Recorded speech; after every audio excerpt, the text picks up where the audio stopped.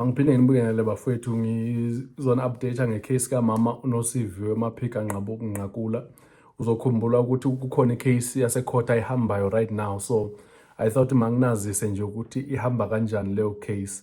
So into eyenzakalayo lana is that 2012 uMapisa Nqakula wafakwa as uminister we-defense, uminister wamasotsha ase-South Africa. So njengoba efakwe as uminister ke kwatholakala ukuthi kunekhampani la esebenzisana namasotsha ukwa provide izinto nje abazidingayo. Ikhampani yakhona bekuthiwa uMkhombe Marine. So ikhampani yakhona ibiphathwa usisi ekuthiwa uNombasa Ntsondwa Ndlovu, uyena umnikazi wale khampani. So into eyenzakalayo ke if uyabheka 2012 lo sisi uqala ikhampani yakhe noMapisa Nqakula ngapha uyafakwa as umphathi wamasotsha ngaleso sikhathi. Now ngonyaka olandelayo, which is 2013, le company iwina icontract emali engango 1.5 million ukuthi isupply amasotsha ngekhofi kanye nangetiya. So over le minyaka le company lokhu iyakhula because of ithola ama-tender from amasotsha kanjalo kanjalo. Nokuthi kwathi ngalowo nyaka futhi yathola icontract engango 210 million yokuthi i-provide izinto eSudan naseCongo. Now uzokhumbula ukuthi ikhampani njengalena umsebenzi wayo ufana nomsebenzi weCourier, lento ukuthi uthumela izinto kwezinye angikubone mawuthenga online into bese ifika kwakho. So nale company lo Mkhombe Marine usebenza ngaleyo ndlela ukuthi uthumela izinto kwama countries ezidingwa amasotsha ala South Africa. So that's why awina le 210 million ukuthi aprovide ama-logistics nje nezinye izinto ezidingwa amasotsha le eSudan naseCongo. So because of leyo nto leyo yaqala ikhampani yakhe yakhula, kwasolakala ukuthi ikhona into off la, because kwabonakala nokuthi amaphepha awasebenzisayo kungenza ukuthi amanye ayi-fake or in but kwakungakacaci kahle so far. Kwathi ngo-2016, according to lento engishoyo ke, it's according to ama-journalist ekuthiwa amabhungane. Kwathi ngo-2016 February, the same company uMkhombe wathola imali engango 104 million yokuthi ithuthe izinto zamasotsha izise kwenye country ekuthiwa kuseSudan eDarfur. Now kwathi isathole leyo contract yemali engango 104, uyakhumbula mos ukuthi abakuniki same time imali, uqala usebenze imali yakho then bese bayakubhadala. So kwatholakala ukuthi ngalawo malanga lawo eqeda kuthola leyo contract, uNxamalala uPresident Zuma wayikhansela indaba yamasotsha aseSouth Africa aseSudan. Kwakosuthi amasotsha abuye ke manje abuye eSouth Africa. Abuya nje amasotsha yena uthi wayesebenzisa imali engango 30 million ukulungiselela ukuthumela izinto ngale eSudan. Now kwaqala investigation ke because wayefuna ukuthi abhadalwe back imali yakhe. Kwaqala investigation, kwatholakala ukuthi cha, ngazothi iliphu nani azibalance kulento ayisho ukuthi ufuna 30 million. Yenziwa ngibani investigation? Yenziwa ngamasotsha alaphana, yenziwa ngamaphoyisa asemasotsheni, lento ekuthiwa i-military police. So because of leyo nto leyo kwaqala investigation and akazange abe happy ukuthi imali akayitholi.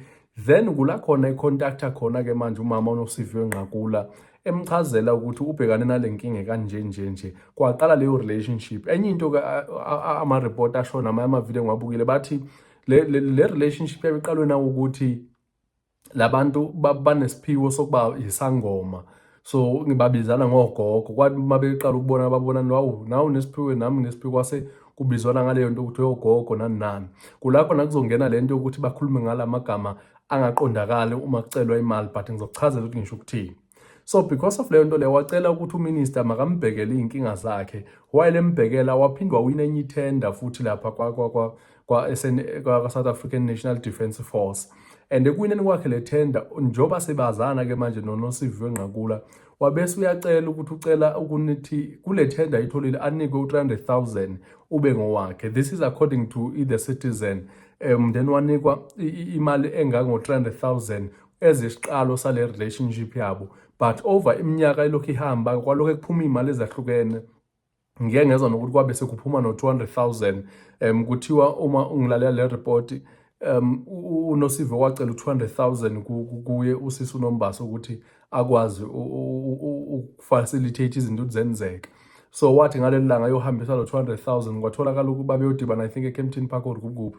kwatholakala ukuthi uphethe enye imali la emaphokethini akhe wabanjwa inkunzi kwathathwa imali engango-13,000 but le ekamama uNosiviwe Nqakula engaphansi kwesithi yemoto sayizange ithathwe. So ekuhambeni kwesikhathi-ke uma bedibana uyamchaza ukuthi yazi ngibanjwe inkunzi, kwabonakala ukuthi uNosiviwe akayingeni indaba yokuthi ubanjwe inkunzi, into interested kuyo indaba yale mali ukuthi uyayithola imali or kanjani. So yaqala-ke naye usisisho ukuthi wabona lana kusho ukuthi kahle vele i-business nothing else. Kwahamba-ke so ama-charges abhekane nayo so far awu-13 because kusolakala ukuthi le mali wayeyicollecte ey'ndaweni ezahlukene ngesikhathi esahlukene ey'ndaweni ezilapha ko-12 ecela imali. So elestetini icala-ke leyokuthi uwashe imali, lento ekuthiwa i-money laundering, lento yokuthi uthola ukuthi uthola imali ngendlela engumthetho. Yabo lo 300,000 awuthola nje awukwazi ukuya kwa-SARS ukuthi nawu 300,000 bazobuza uthathe iphi and awukwazi ukuthi imali ye-bribe le, so awukumelanga uyisho nokuyisho. So the fact that akayishongo ibizothi i-money laundering because wayisebenzisa but akayishongo ukuthi imali yani. So because of leyo nto leyo kusebhekane nalowo macala, and uma umbuso or abashushisi besho bathi ngesikhathi ecela le mali ku-WhatsApp bekangasho ukuthi ngicela i-300,000 ye-bribe but bekathi ngicela ungiphi impepho, ngicela ungiphi isnefu, ngicela ungiphi i-weave, yonke leya nto leyana kubonakala ukuthi ucela imali. This is according to Eyewitness News. So ngokuhamba kwesikhathi-ke wabese uyabizwa-ke court because uNombasa lo kusho kwahamba i-relationship yaphuka because beka-investigatwa i-IDEC ibuka nje ukuthi yini ekwenzakala. Khumbula le investigation ekade ngishile amasotsha ukuthi nawo ayemphenya. So kwahamba wavula icase-ke manje now that uNosiviwe Nqakula engasayena uMinister of Defence esewuSpeaker of i-National Assembly chairperson walapha eParliament. Kubone lo mama othulisa abantu uma bebexabana lapha eParliament bese lowo muntu loyo. So lo sisi lo uNombasa wahamba waya kubantu holomisa osathathe le position yokuba uminister, wafika wamreportela ukuthi yazi besenza i-corruption la kanje. So abantu holomisa wayithatha leyo nto leyo wayireport emaphoyiseni waphindwa yireport naseParliament. Ngenxa lento leyo umama uNosiviwe wabese kumele ukuthi resign because of sekufakela ukushisa kwisithi yakhe. Now ukuresigna kwakhe-ke uresigna vele usewumuntu ophenywayo, and uNombasa lo ovulele oreportele issue le wabese uthola i-deal with u-IDEC ethi deal if usitshela lonke iqiniso ngeke sikubophe. Lento leyo uyithola emthethweni-ke usection 204 of i-constitution ekuthiwa indemnity eshoyo ukuthi ungakwazi uku-avoid ukuthi ungayejele uma i-court imthola guilty umama uNosiviwe Nqakula and now usitshela lonke iqiniso njengoba linjalo. So now-ke umama uNosiviwe Nqakula wathi mese-charge-wa wabese uyaresign eParliament. I'm sure nike nazibona nevidiyo zakhe ekhala laphana ekhalela ukuthi ziyamkhalela.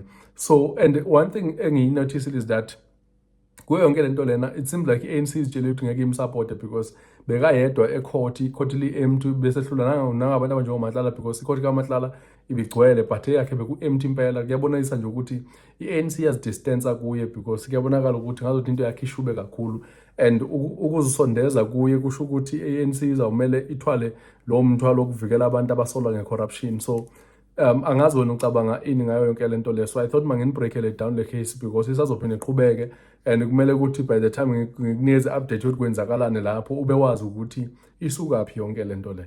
Ngiyacela ukuthi niqhubeke njalo ningifollow ishifu usubukele video azofika la. Ngiyacela uphinde ungifollow ishifu useyangifollow already. Thank you so much.